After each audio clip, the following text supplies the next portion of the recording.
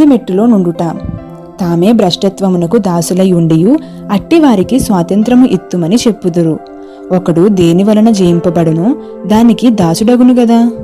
2 పేతురు 2:19. వారు అనుభవించని భక్తి విషయాలను గూర్చి ఎంతో గొప్పగా మాట్లాడేవారు ఉన్నారు. మన ఆత్మీయ అనుభవాలను గూర్చి గొప్పగా చెప్పుకుంటే అది తప్పు. సాతానుకు ఇది తెలుసు. దీనిని బట్టియే వాడు నీపైన ఆధిపత్యము చేస్తాడు. నీ అనుభవాలను మించి నీవు మాట్లాడకూడదు. దీనిని బట్టి అనేక మంది తిరిగి పాపములో పడిపోయారు. కొన్ని భక్తి సంబంధ గుంపుల్లో వారు అనుభవించని గొప్ప అనుభవాలను అనుభవించినట్లుగా మాట్లాడతారు. ఎలాంటి వారితో చేరుతున్నావో జాగ్రత్తగా గమనించుకోవాలి.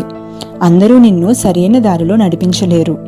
ఒకరు నాతో ఈ సహవాసంలోనే ఉండాలా, వేరే వారి నుండి మేము మంచి విషయాలు నేర్చుకోలేమా అని అడిగారు. అందుకు నేను, ఈ సహవాసంలో నీవు తప్పు చేసినచో నిన్ను మేము సరిచేస్తాము అని అన్నాను.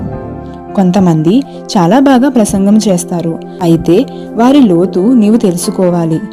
ఉద్దేశపూరితమైన ఒక యవ్వనుడు తన మెట్టు కంటే ఎంతో బాగా ప్రసంగించవచ్చు. ప్రభువు నుండి నీవు పొందిన వర్తమానమునే ప్రకటించాలి. అంతేగాక బోధించిన తరువాత అది నీ స్వంత జీవితంలో నిజమయ్యేటట్లుగా నీవు చూచుకోవాలి. కొంతమంది కాలిబావులుగా నుండి గొప్ప డంబాలు పలకగలరు. అలాంటి వారితో మాట్లాడుటకు దేవుడు గాడిదలను ఉపయోగిస్తాడు. లాభము కొరకు బిలాము ప్రవచించాడు. ఇలాంటి విషయంలో శరీరము ఎల్లప్పుడూ క్రియ చేయాలని చూచును. నేను అనునది పూర్తిగా అనగదొక్కబడాలి. హవ్వ తన శరీర వాంఛ వలన దేవునితో సహవాసంను తెంచుకున్నది. దేమా కూడా ఇహలోకాన్ని ప్రేమించి పౌలును విడిచి వెళ్ళిపోయాడు.